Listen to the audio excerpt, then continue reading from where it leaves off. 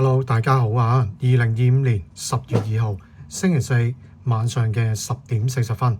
咁歡迎大家嚟到 Raymond Vlog 嘅第99集。咁機械腕錶嘅世界啦，咁我相信大部分面向嘅顧客群啦，咁都應該以呢個男士咧就為呢個主導嘅。咁如果有一啲主題啦，係同呢個男士嘅興趣啊，或者佢哋嘅喜好，如果係特別有關聯的話咧，咁往往呢一啲嘅品牌啦，或者甚至乎佢嗰個系列嘅產品咧，咁通常都會有一個無往而不利嘅優勢咧，就喺度。咁其中眾多芸芸嘅主題啊，咁我相信啦，太空人啦、space 啦，咁呢類型嘅主題咧係特別受到歡迎㗎。咁喺 Raymond 咁多集嘅 Vlog 裏邊啦，咁本身因為我自己都係個太空嘅迷啦，咁所以咧其實喺市面上啊，任何牌子幾乎係出過一啲關於太空人啦、宇航員有關嘅主題嘅手錶咧，其實應該全部咧分別都喺 Raymond 嘅 Vlog 裏邊咧，我曾經介紹過、講過，咁啊亦都會分享過嘅。咁我諗幾個大牌子啦，咁啊一講起太空人錶，咁啊大家一定會聯想到啊，同埋會諗到啊。咁第一個最大嘅牌子，咁就一定係 Omega 嘅月球錶啦 ，Moonwatch 啦。咁我諗第二個咧，即將今日我會再一次咧，介紹啦，同埋講啦。咁就嚟自於百年靈啊 Breitling 佢哋嘅 Cosmonaut 系列啦。咁另外第三名咧，就一定要講講嚟自於寶路華。咁啊，一隻叫 Lunar Pilot 嘅一隻叫第二月球錶啊，咁啊分別佢哋關於佢哋嘅手錶啦，關於一啲佢哋 detail 嘅背景同埋故事咧，咁啊如果未聽過或者係唔知道嘅朋友，咁我鼓勵咧就可以翻去 Raymond 之前嘅一啲 Vlog 咧，咁就可以重溫翻。咁今集喺呢度咧就唔再重複多一次咧，就逐隻牌子啦，將佢哋故事咧就去講一次啦。咁啊言歸正傳，咁啊今日咧Raymond 再一次咧就係講嚟自於百年靈啊，佢其中一個非常出名嘅 Navy Tama 裏邊嘅一個子系列。咁啊呢個第一隻上太空嘅瑞士製嘅手錶 Cosmonaut。咁啊或者喺呢度啦都 roughly 講講啦，關於 Cosmonaut 啊。一啲好少或者好簡單好 brief 嘅一個少少嘅背景啦，咁啊都係嗰句啊，如果要詳細深入研究的話咧，咁啊我非常鼓勵啦，咁啊大家咧再翻去之前舊一集嘅 Breitling 嘅 Vlog 咧，咁可以睇翻關於而家大家見到呢隻係舊款嘅 Cosmonaut 嘅一個詳細嘅介紹啊。咁其實咧喺1962年嘅5月4號啦，咁啊宇航員 Scott Carpenter 咧，咁就參與咗啊，或者執行咧呢個水星7號嘅任務啊。咁呢個任務主要咧，佢就要圍繞地球嘅軌道啦。咁就需要完成一個3個圈嘅一個圍繞任務嘅。咁因為太空人啦，或者啲太空船啦，當佢進入咗呢個太空嘅軌道上邊啊，咁個軌道嘅速度啦，就會比起地球嘅自轉啦，或者公轉啦，咁個速度咧就會快好多。咁所以咧，其實對太空人嚟講啊，咁當佢哋處身於呢個太空軌道上邊啦，咁太陽咧其實就會係每90分鐘咧就會進行一次日出啦，同埋日落啦呢個咁嘅 cycle。咁所以咧，當年宇航員Scott Carpenter 咧就拜託咗百年靈 Breitling 咧，就幫佢改裝佢自己嘅一隻私人嘅 Navy Tama 咧，就將佢改裝為一個好獨特嘅24小時制嘅一個面盤同埋一個報時嘅一個 mechanism 嘅。咁因為呢隻手錶啦，就伴隨住Scott 喺呢個任務裏邊嘅成功啦。咁但係不幸地咧，就因為佢翻落嚟地球嘅時候咧，咁就 overshoot 咗佢預定嘅一個降落嘅地點啊。咁所以Scott 咧就喺個海上面咧足足漂浮咗4個小時。咁呢一隻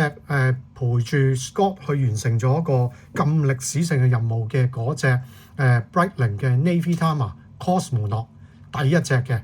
咁就喺個水裏邊啦，就浸泡咗4個小時咧，之後咧就 total loss 嘅。咁之後咧 Breitling 咧就收翻呢一隻損毀咗嘅咁特別嘅原型 prototype 嘅Cosmonaut 啦。咁跟住咧就再重新打造過一隻新嘅咧，就送翻俾Scott 嘅。咁之後咧，Cosmonaut 咧就成為咗800佢最主要好出名嘅 Navy Timer 裏邊咧，其中一個好重要嘅一個sub-series 啦，咁就佢嘅 Cosmonaut。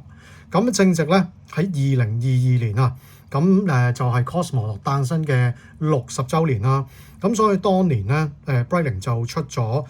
一款個名叫做 Navy Timer B02 Chronograph 41 Cosmonaut 嘅一款手錶。咁當年咧呢一款嘅手錶咧就係一個 limited edition 嚟㗎，咁就總共咧就限量362隻啦。當時嘅定價咧就港幣咧就94,770蚊嘅。咁但係因為喺 Covid 正值當時啦，就係成個嘅鐘錶市場啊非常之熱刺嘅一個period 啦。咁所以要買到呢隻錶咧，就其實基本上咧就冇乜可能㗎。咁啊一出啦，就應該極短嘅時間之後咧，咁就全數咧呢一款嘅 Cosmonaut 咧就沽清。咁啊 Raymond 咧就一路啦尋尋覓覓啊，即係呢幾年裏邊啦，其實都有 keep 住咧去留意啦或者關心啦呢一款嘅紀念版手錶。咁但係其實呢款手錶咧，即係直到今時今日啊，如果大家上去 Chronos24睇一啲嘅放售嘅post 啦或者放盤啦，一路以嚟咧個放盤嘅數量咧就唔多嘅。咁特別是如果你想揾一啲全新啊或者啲 collector 純粹係收藏用嘅 new stock 咧，咁個機會咧其實就更加微。咁啊，縱使係二手都好啊，其實佢嗰個價錢咧，直到今時今日咧，咁啊一路咧都係維持住一個超公價係一個日價嘅價錢咧，咁先係買得到呢款嘅手錶。咁啊一路啦都冇乜緣分啊，去買到呢隻手錶。咁但係喺個機緣巧合嘅情況之下咧，就竟然俾我發現到今次嘅主角。咁其實咧原來喺2024年啊，咁Breitling啦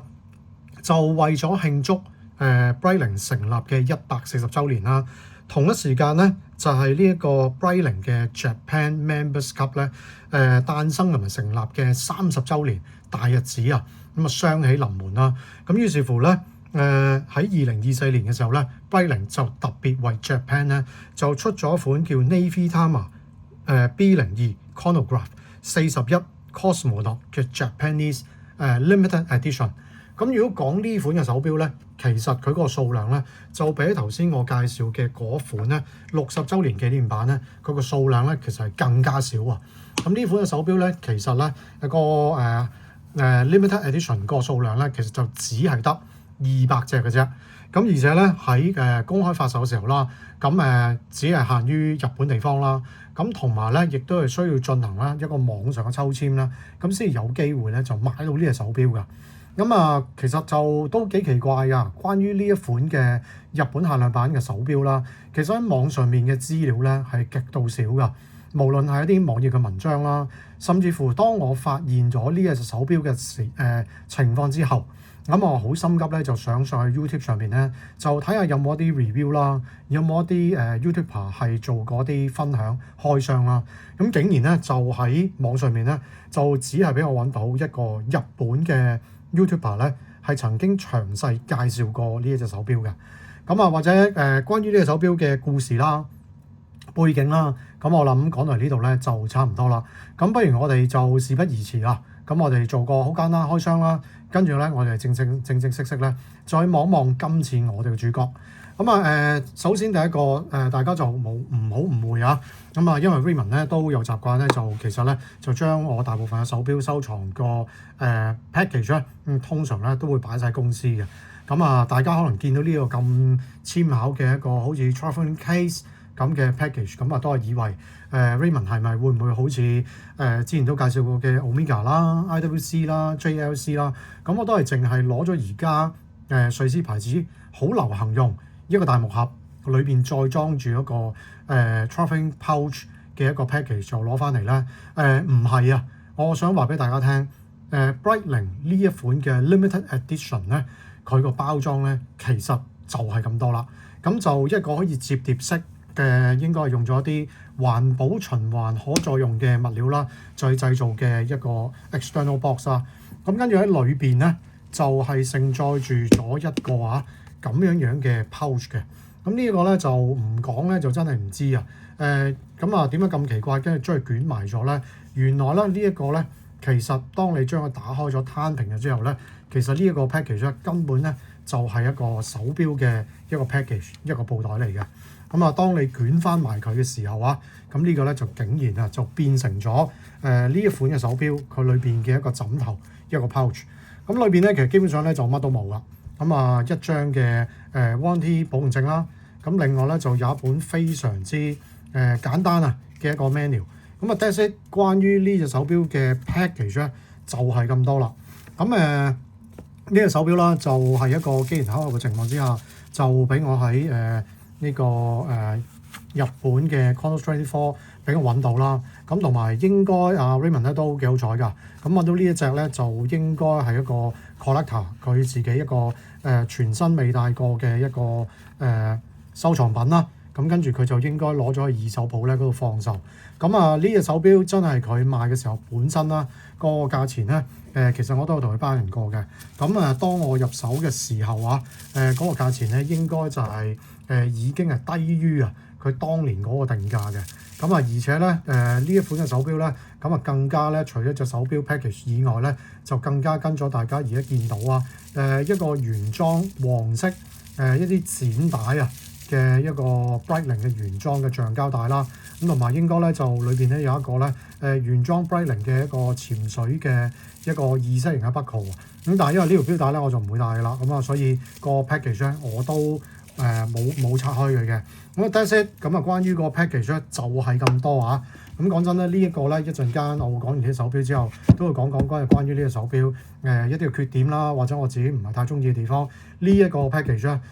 毫無呢一個獲得感同埋冇呢個儀式感嘅 package 咧，咁應該就係佢第一個我覺得呢隻手錶咧一個比較大嘅一個缺點嚟嘅。咁好啦，事不宜遲，我哋去望望今次嘅主角嘅手錶先。OK， 咁今次咧就喺大家面前啦，就係今次嘅主角啦。咁就嚟自於呢一個 Breitling 嘅B02 41 Cosmonaut咁就係一個 Japanese 嘅limited edition。咁或者我哋先講講關於呢隻手錶嘅一啲嘅基本嘅參數先啦。咁或者咧我將我嗰隻舊款嘅 Navy Tama 嘅Cosmonaut 將佢放埋一齊咁大家咧可能咧就會對個 size 啦，或者對佢式樣嘅設計啦，咁就會有一個更加容易嘅理解同埋 understand。咁首先講翻我哋今次嘅主角佢嘅一啲嘅基本規格先。咁本身呢隻手錶咧，佢嘅直徑咧就41個 mm 嘅 diameter 啦。咁粒to 粒咧就做得好好咁只係有咧呢個46個 mm 嘅一個粒to 粒嘅距離啦。咁如果講呢隻手錶啦，咁就受惠於佢一個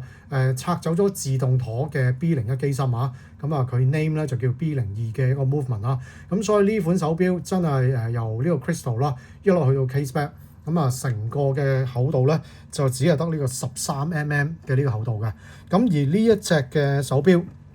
佢嗰個錶帶個錶耳粒嗰個距離啦，就係一啲屬於一啲比較運動型啦，同埋一啲比較粗嘅一個粒位嚟嘅。咁佢個粒位咧就係22個 mm 嘅。咁好啦，關於呢隻手錶嘅材質運用首先第一樣嘢啦，由個 crown 啦，佢嘅 corner pusher 啦，去到個 case 啦，去到個 case back，亦都要去埋呢條嘅7G 格嘅鏈帶啦。用咗呢個316L 嘅 stainless steel 咧，就去製造。而呢一個嘅 bezel 竟然咧就係用呢個PT950呢個鉑金 platinum 啦，就去製造。鉑金啦 platinum 950啦，喺我哋中國人我哋會叫做竹白金啦咁其實咧我諗呢個竹白金嘅形容詞咁應該咧就係唔啱嘅。直接啲講，佢係用呢個 platinum PT950嘅材質咧再製造㗎。咁所以咧就喺個物料啦，喺個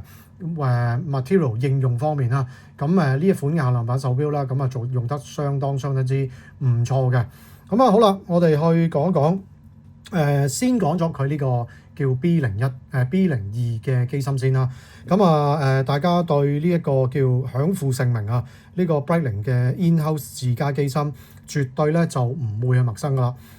Breitling 嘅 B01 啦，係一個自家嘅機芯啦。B02 嘅系列咧，其實基本上咧就係 base on 佢B01 嘅原型啦。再將佢嗰個 automatic 自動上鏈嘅嗰個部件啦，就將佢拆走咗去啦。於是乎咧就會變成咗一個手動上鏈嘅一個叫 B02嘅一個系列嘅一個 movement。呢個movement 啦，本身咧震頻就去到呢個28,800嘅震頻啦。當佢上滿晒鏈之後咧，佢可以提供到長達70個小時嘅一個動力儲存。成個嘅 movement 啦，裏邊總共係39石啦。同時咧，亦都攞咗呢個天文台啊，瑞士天文台 COSE 咧，一個走時精準度嘅一個認證嘅。同埋佢本身咧就係一個 chronograph 計時嘅一個功能嘅手錶啦。所以呢個 movement 咧，亦都係具備咗呢個integrated 啦，已經係一體式嘅組裝好嘅一個計時嘅 function 喺裏邊嘅。我諗咧，大家咧就可以喺呢個熒光幕嘅位置，我可以 zoom 近俾大家去望望啦。一個非常之大同埋一個非常之醒目啊，一個 column wheel 呢一個倒儲輪啊，就係組成咗呢隻手錶咧嘅一個計時啦，嗰個啟動嘅一個系統嘅。關於個 movement 啦、背景啦、資料啦，我諗大家咧對佢都絕對唔會陌生嘅。如果論呢個打磨啦、拋光啊、諸如此類嘅一啲修飾方面啦，Breitling 一路以嚟俾人哋一個好強嘅感覺，佢係一個好 robust 啦，一個好 solid 嘅一個專業用嘅工具型嘅手錶嘅生產商嚇。所以如果講呢個 B02 嘅 movement 啦，Raymond 會覺得上邊嘅一啲日內瓦 Geneva 嘅一啲柱狀嘅打磨啦，喺個最底層嘅 plane 上邊會有拋光啦、Pilage 魚鱗紋啦，喺啲我覺得係basic 啦、基本啦，係有咗一定程度上修飾嘅一個 decoration 嘅。但係咧就唔會有一啲美輪美奐嘅黃金套筒啊，一啲倒角打磨啊，呢一啲咧就並唔係Breitling 佢嘅 style 同埋佢嘅風格嚟嘅。好啦，我哋講完個 movement 之後啦，我哋翻去咧就講講今次嗰個式樣同埋成個盤面嘅設計同埋應用。OK，我哋翻嚟我哋盤面設計方面，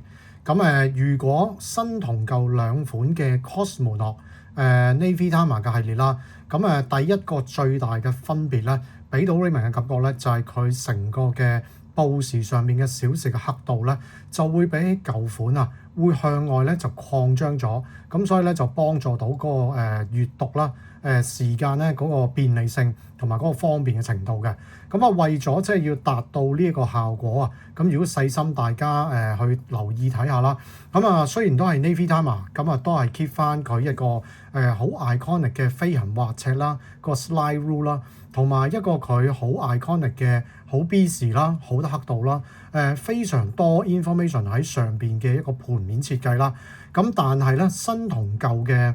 裏邊嘅飛行滑尺嘅刻度啊，喺新款嘅呢一款嘅 Cosmonaut 上面咧，大家就會留意到啊，有一個咧係計呢個時間嘅一個刻度啦，就喺呢個新款嘅 Cosmonaut 上面咧就係攞走咗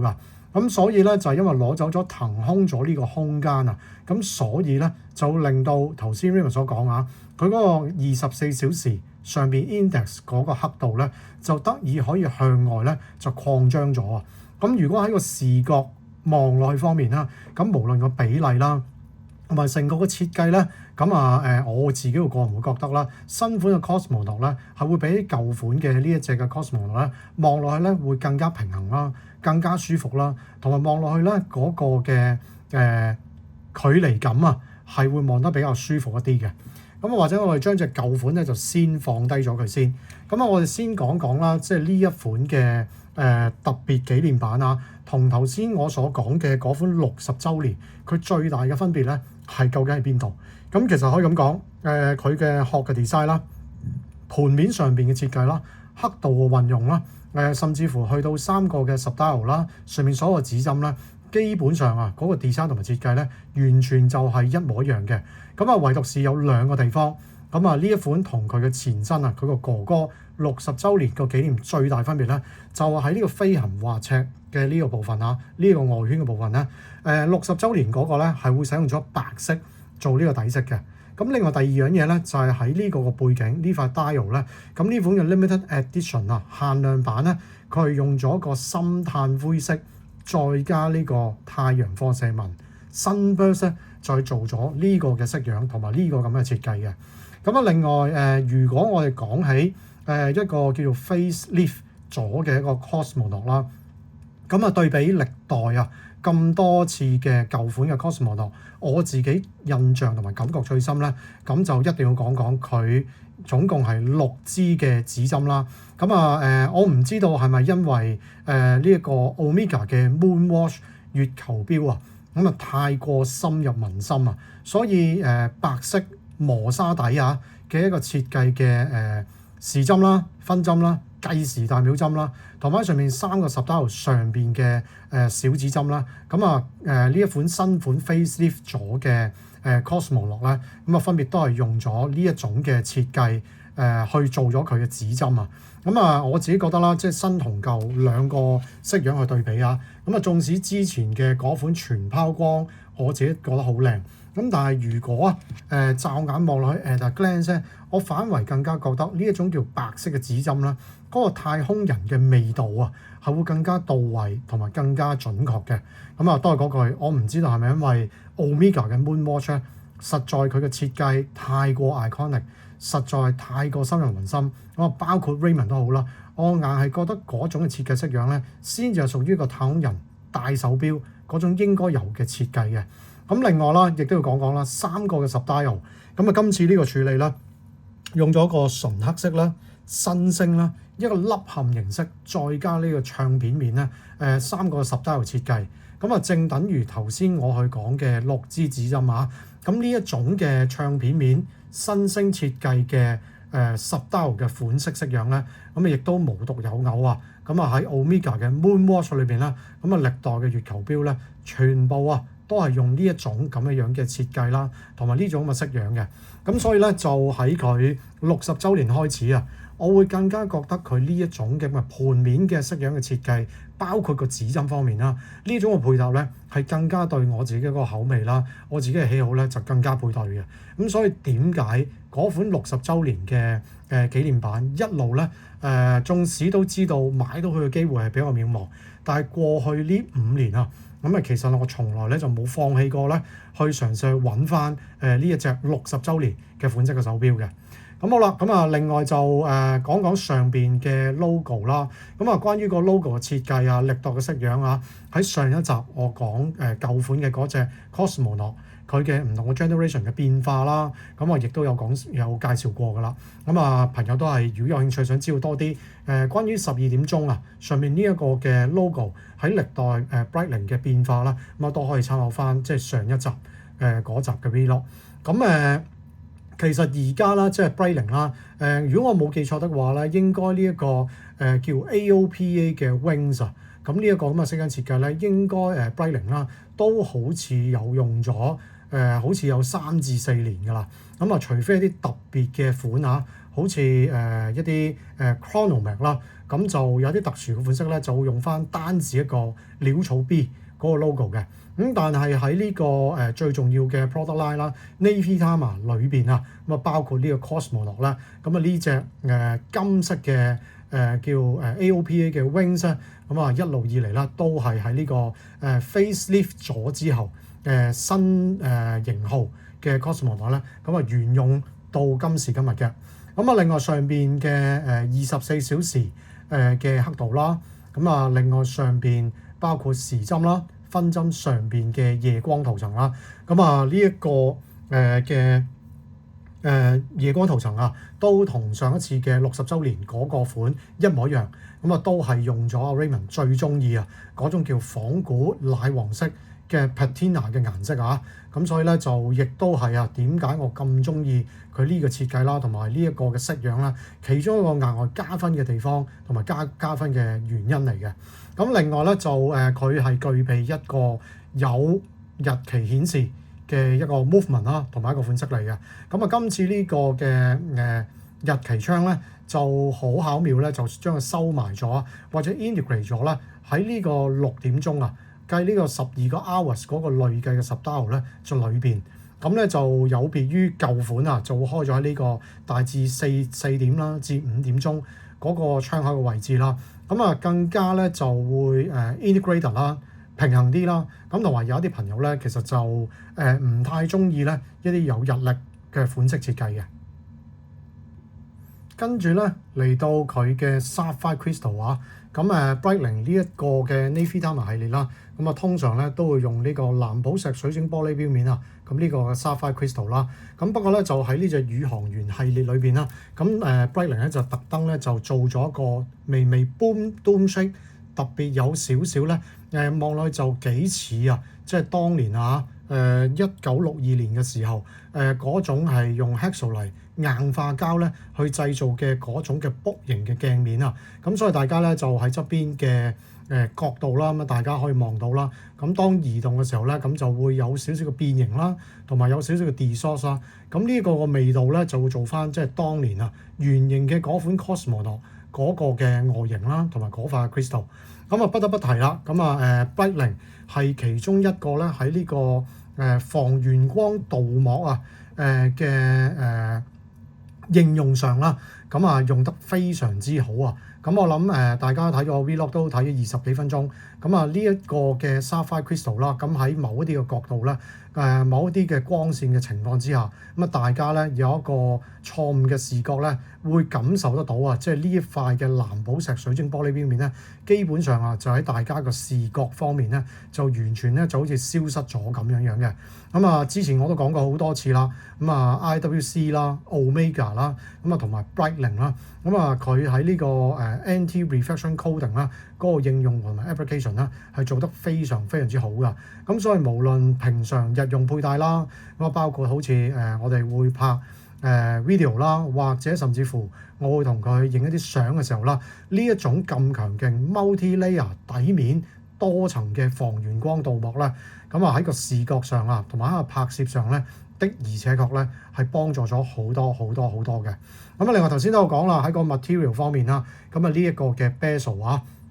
飛行滑尺，咁就用咗呢個極度珍貴同埋極度之貴，比黃金啦、比 rose gold 啦或者比白金啦更加貴嘅一個材質啊 PT950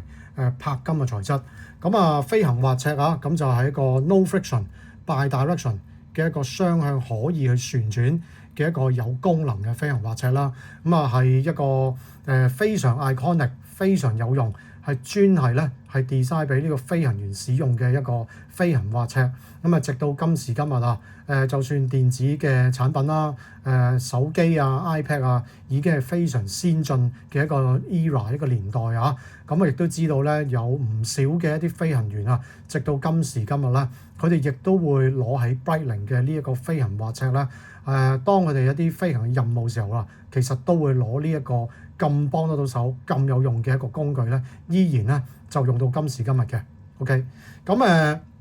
呢款手錶啦，就係一個宇航員使用嘅手錶啊。咁所以咧，佢嘅防水深度咧，就只係得呢個30米嘅一個生活嘅防水，咁即係3巴啦，或者3個 ATM 啦。咁呢一個咧就係第二個啊。就除咗個 package 嚟講啊，我覺得呢一款嘅手錶另外一個短板啊，或者一個唔係太理想嘅地方咧，就係關於呢一個嘅防水嘅功能啊。咁啊 Breitling 都有講啦，有解釋啊。第一呢一款嘅手錶啦，佢面向啊係關於一個飛行員啦，或者咧就一個太空人用嘅一款嘅手錶。咁啊所以咧嗰個防水深度咧其實就唔會做得好高嘅。咁啊另外就佢第二個解釋就因為呢一個係配備咗呢個 chronograph 呢個計時嘅功能嘅手錶啦，咁所以咧亦都冇可能或者係比較困難啲咧，再做到一個相應比較高啲嘅一個防水嘅深度。咁但係其實呢一個嘅解釋咧，稍微嚟講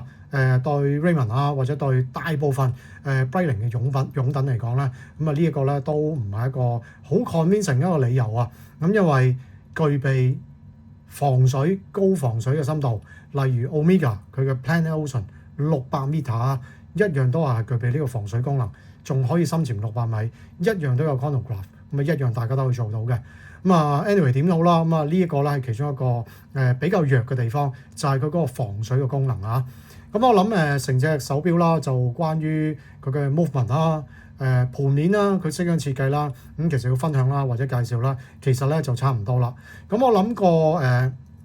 case 啦，喺個打磨方面或者個 finishing 方面咧，咁絕對咧就唔會令到一眾嘅手錶收藏家啦就會失望㗎。咁Breitling嘅手錶功能正啦，打磨靚啦，咁永遠俾到人一種感覺非常之 solid 啦、強悍啦、robust 啦、稜角分明嘅線條咁就一個完完全全就係一個 for 專業用嘅手錶嘅成個外形設計。有別於大部分 Breitling 嘅一啲 case 嘅打磨大部分 Breitling 咧都好中意用呢個全拋光嘅處理咁但係今次咧喺呢一款嘅 Cosmonaut 上面咁分別都會係用咗呢一個橫紋拉絲啦，再配合呢一個嘅 high polishment 咧，咁就做咗個立體感非常之強，同埋非常之有趣同埋 interesting 嘅一個中環交錯一個打磨嘅 finishing 嚟嘅。冇任何嘅毛邊啦，冇任何嘅利位啦，咁所有打磨咧都係絕對咧就上乘嘅。反而我自己覺得啦，其實以前自己啦都有戴過其他款式例如一啲Chronomer或者一啲復仇者咁嗰啲嘅款式咧全拋光嘅cases啦。不過咧有時咧因為太靚啦，咁有時咧一啲日常嘅佩戴一啲撞擊揩花咁時有發生。反為有呢啲喺側邊嘅位置，即係做翻啲橫紋拉絲啦。整體嚟講即係戴呢隻手錶啦。嗰個強悍 robust 嘅味道或者對日用戴上嚟嗰個心理嘅壓力咧，其實咧相對地嚟講咧，亦都係低啲嘅。另外咧就我哋不如睇睇呢條好靚嘅7格嘅一個叫珠帶啦。成條錶帶咧就係用呢個 316L 嘅實心鋼去製造啦。呢一個 end link 嘅位咧，亦都係 solid end link 啦，而且咧係做翻一個弧形貼粒嘅一個設計。裏邊咧拉絲為主啦，中間3格嘅一個 mid link 啦，就用呢個全拋光嘅一個設計。咧就好有立體感㗎。大家喺呢度見到咧。Breitling 嘅呢啲嘅錶帶嘅設計咧，就真係絕對一絕喺呢度咧，全部咧就微向住一個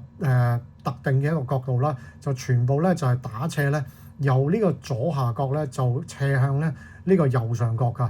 令到成人手錶啦嗰個立體感啦，嗰個包括埋啦佢嗰個貼服度係做得非常之理想㗎。呢條錶帶非常之靚，做工非常之好，不過。如果第日有機會，大家係去買Breitling嘅手錶啦，特別是遇正係呢一種叫7格嘅錶帶的話咧，Raymond 喺呢度提醒大家，絕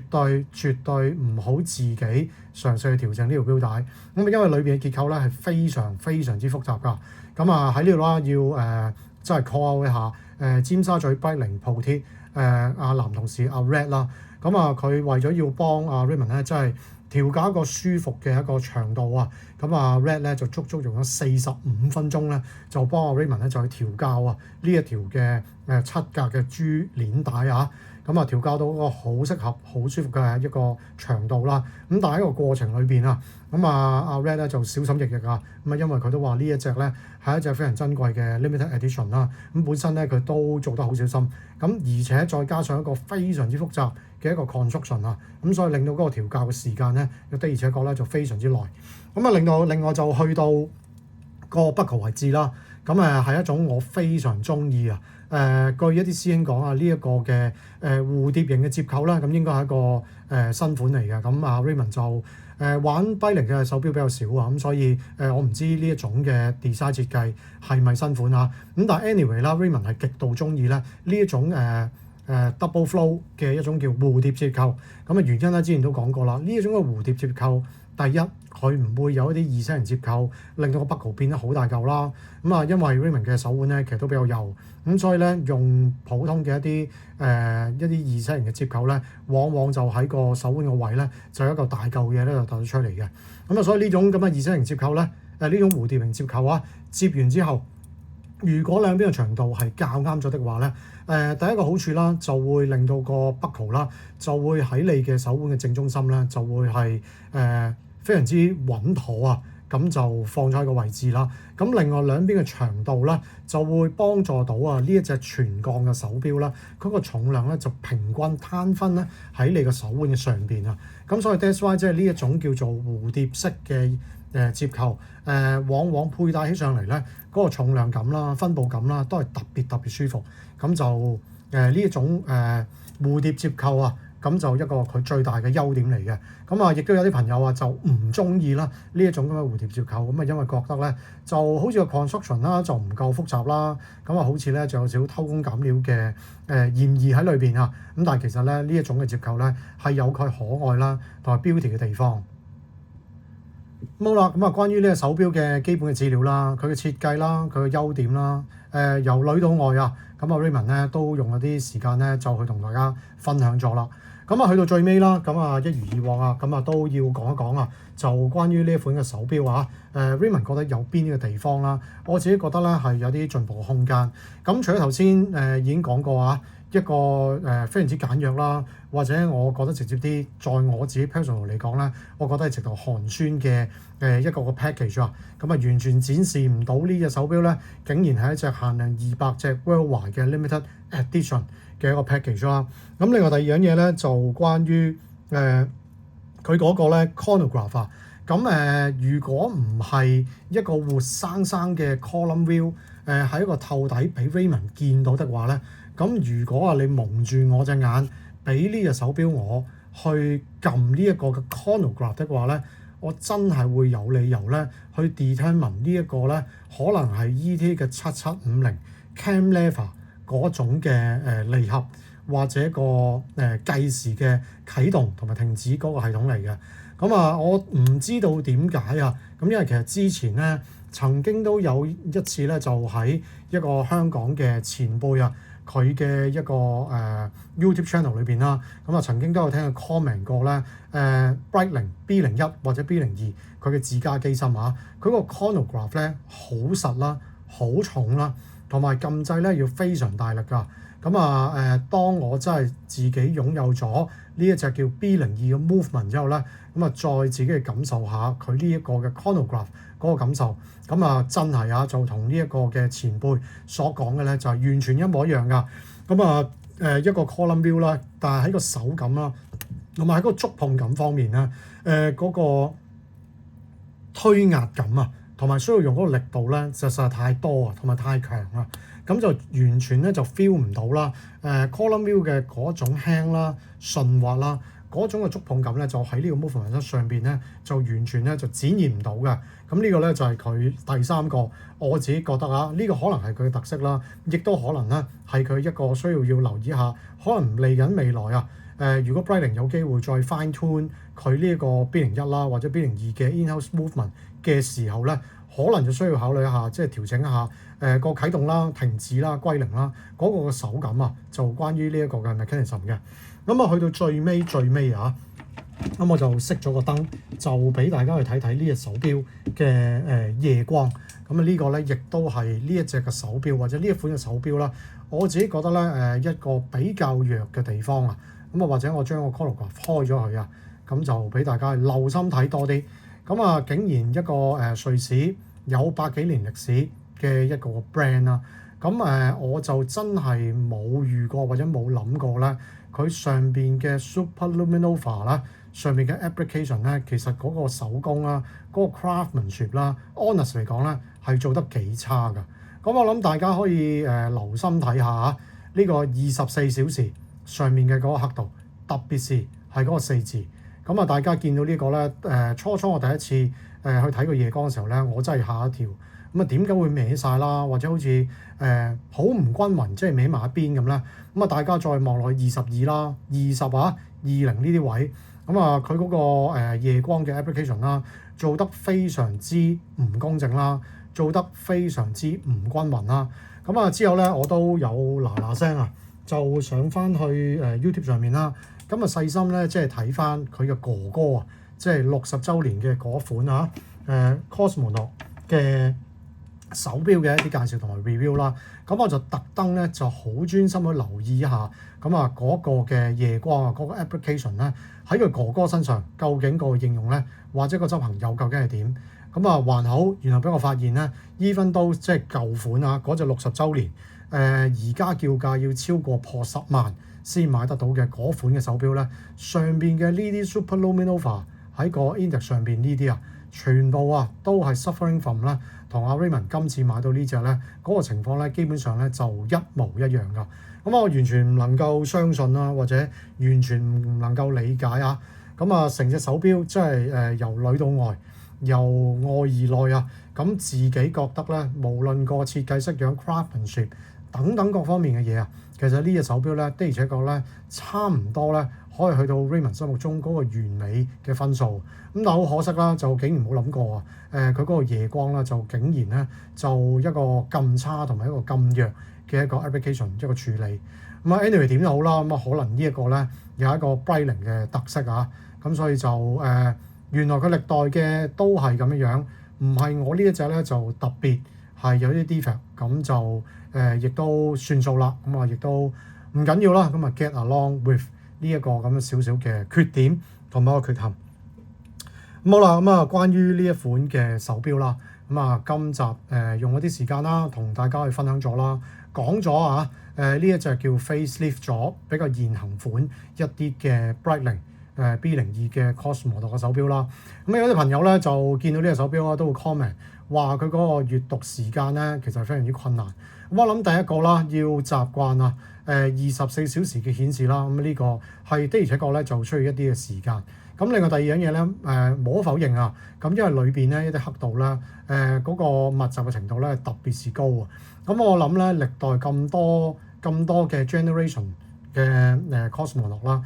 最難睇嘅咧就係佢個分鐘嘅顯示。咁我諗大家留意睇下呢個啦，二字上邊呢個特別深白色嘅呢個位置咧，其實 highlight 咗呢個5分鐘黑度。咁啊呢個咧4字上邊嗰個就10分鐘啦。咁啊15分鐘就冇咗嘅，咁啊一路落去。咁所以如果你要睇一個非常精準嘅分鐘嘅報時咧，其實喺呢個咁 busy 咁繁忙嘅一個標本上面咧，其實的而且確咧係真係比較難睇少少㗎。咁但係即係在 Raymond 角度啦，我好中意呢個好 busy 呢個咁獨特嘅太空人嘅一個設計嗰個標款。咁所以咧我自己個諗法啦，亦都係咁啊。喺我哋日常生活啊，都已經夠晒忙碌，夠晒 busy 啊。咁如果當我哋去睇下自己嘅手錶，想望望而家嗰個真實嘅時間，如果就趁呢個機會，俾個藉口自己多花10秒，多花20秒去思考下而家一個準確嘅時間，或者同一時間俾自己一個稍微幾十秒嘅 break，等我哋嘅人啦、腦袋啦可以放鬆或者 relax 一下。咁其實唔係一個更好嘅理由，更加個藉口咩？好啦，咁啊，關於呢隻手錶，Raymond 想講啊，或者想分享嘅嘢咧，今集咧就真係比較多，咁所以抱歉啊，個時間都去到成40幾分鐘。咁啊，多謝今日大家嘅收睇啦。咁啊 ，Raymond 終於完咗我個夢啦。一個新款啦 ，facelift 嘅 Breitling Cosmonaut 嘅款式啊，咁就竟然仲俾我揾到一隻比佢哥哥更限量嘅數量嘅一個 Japanese 嘅 limited edition。咁啊，講到個價錢啊，呢一隻手錶嘅定價咧應該都要9萬幾。